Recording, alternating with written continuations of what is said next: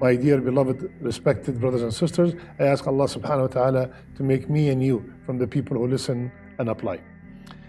Tonight, inshallah ta'ala, we will be discussing the 3 best actions to be done in the month of Shaban. The month of Shaban is about to start in a couple of days, and we will share with each other and remind one another what are the best deeds, what are the best ibadat that we should perform in this month that precedes the month of Ramadan. The month of Shaban, one of the reasons it was called the month of Shaban is from the word tasha'aba. It means disperse, because the Arab used to disperse at that month looking for water. The month of Shaban is the 8th month of the Islamic calendar, and the month of Ramadan, as we all know, is the 9th month. So what are some of the a'mal that we should do in this month? Number 1, fasting. Number 1, fasting. Usama bin Zayd radiallahu anh, he saw Rasulullah sallallahu alaihi wasallam and he said, Ya Rasulullah, I do not see you fasting any month as much as you fast in the month of Shaban. So Usama is asking Rasulullah sallallahu alaihi wasallam, why do you fast so much in the month of Shaban? Rasulullah sallallahu alaihi wasallam, he said, that is a month which people do not pay any attention to because it comes between Rajab and Ramadan. So many people neglect this month because it comes between the sacred month of Rajab and the month of fasting, the month of Ramadan. And he said another reason, it is a month where the deeds are taken up to Allah Azza wa Jal. They are presented to Allah subhanahu wa ta'ala, and I would love that my deeds, when they are presented, to be fasting. Subhanallah. As we all know, my brothers and sisters, our actions are presented to Allah on a daily manner, day and night, on a weekly manner on Monday and Thursday, and a yearly manner in the month of Sha'ban. Subhanallah. And also this hadith indicates that it is mustahab to make a lot of good deeds in the season where people are heedless. When people are neglectful, it is good to concentrate and do extra ibadat. Aisha also, radiallahu anha, she said, Rasulullah sallallahu alaihi wasallam used to fast in such an extent in the month of Ramadan that we thought he would never break his fast. And he also would go without fasting to such an extent that we thought he will never fast. Subhanallah. In another narration, she said that Rasulullah sallallahu alaihi wasallam used to fast the whole month of Ramadan, and another narration, he used to fast all of it but a little, and he used to fast most of it, because we all know that the only month that we are supposed to fast all of it is the month of Ramadan. So when the Arabs say most of it, when they say all of it, it means most of it, okay? So most of the month of Shaban, Rasulullah sallallahu alaihi wasallam used to fast. So please do your best to fast as much as you can in this month of Shaban. Subhanallah, many people single out the night or the day of the 15th of Shaban to fast. There's nothing authentic in the Sunnah to single out the 15th of Sha'ban with any kind of fasting or any kind of dua or any kind of salat or any kind of gathering.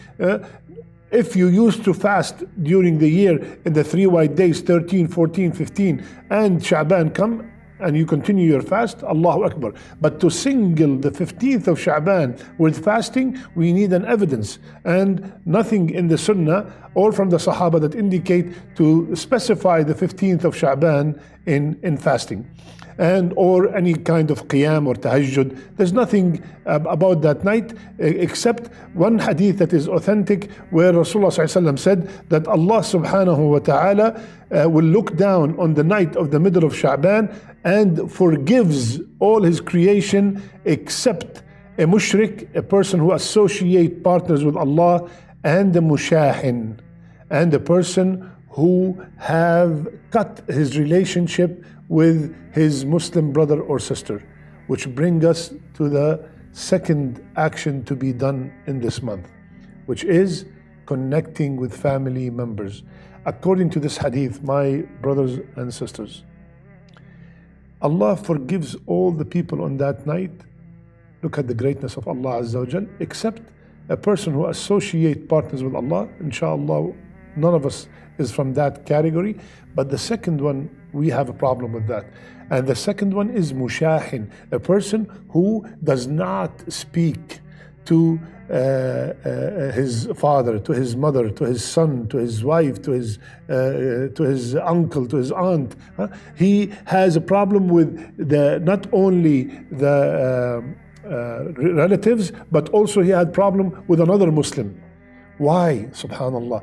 My brother, my sister, for the sake of Allah, like we said in our last episode, for the sake of Allah, I'm not telling you become best friend with that person, just for the sake of Allah and for the sake of our actions to be forgiven, for our sins to be forgiven, and for the sake of our deeds to be lifted to Allah, because all our deeds are on hold until we fix that relationship. And we do not need to be best friends, just a salam. Assalamu alaikum wa rahmatullahi wa barakatuh. The month of Shaban is here and the month of Ramadan is coming very soon. May Allah keep us alive to witness that month.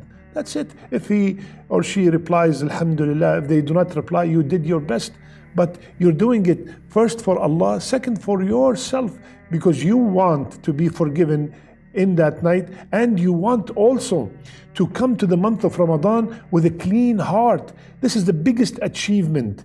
The biggest achievement, if you want to prepare yourself for Ramadan, is to enter that month with a clean, pure heart. You see, the heart is the source of reception for all the beautiful ibadat that take place in Ramadan. It is the source of reception for the Qur'an. It is the source of reception for all these lectures that we will be hearing, right? The Jum'ah khutbahs. And if it is blocked by hatred and malice, it will not, the lectures, the Qur'an will not penetrate, and we will not feel much in Ramadan. So let's clean our heart before the month of Ramadan comes. And one of the ways to clean our heart is to forgive others, to pardon others.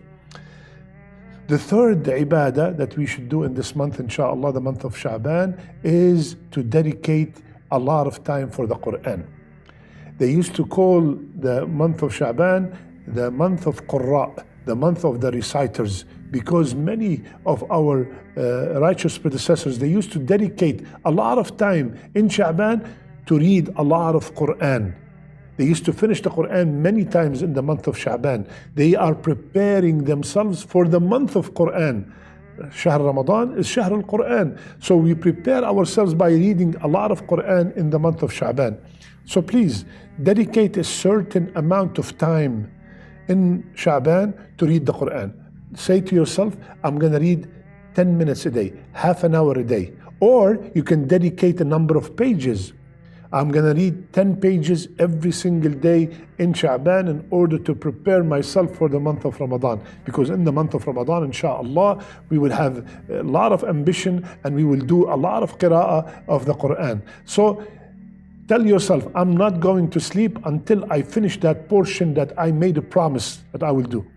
My brothers and sisters, let's all make a promise. I'm gonna read this much, or I'm gonna read this amount of time.